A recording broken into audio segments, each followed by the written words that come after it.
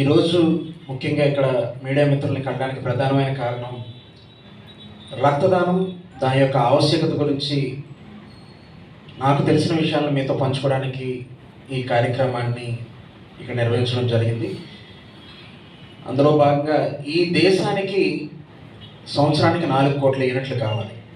కానీ ఇప్పటికీ కూడా కేవలం 1 కోటి యూనిట్లు మాత్రమే మనం సేకరించగలుగుతున్నాం.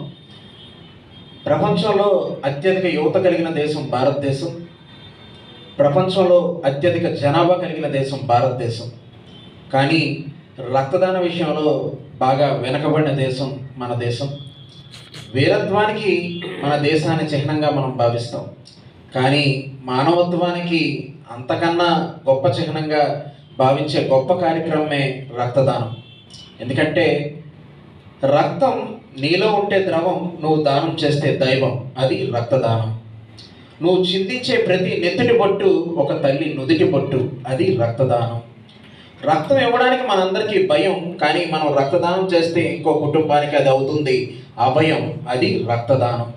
అలాంటి రక్తదానాన్ని ప్రతి ఒక్కరూ కూడా ఒక సామాజిక బాధ్యతగా భావించి ప్రతి ఒక్కరూ కూడా దాన్ని మనసుకి హత్తుకొని బలంగా స్వీకరించి రక్తదానం చేయడం ద్వారా, అంటే ఈ సృష్టిలో ప్రాణాన్ని కాపాడడం కన్నా గొప్ప విజయం ఈ భూమి మీద ఇంకొకటి ఉండదు.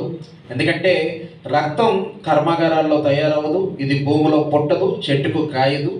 ఒక మనిషి ఇంకో మనిషికి ఇవ్వగలిగే ఒక గొప్ప వరం రక్తదానం.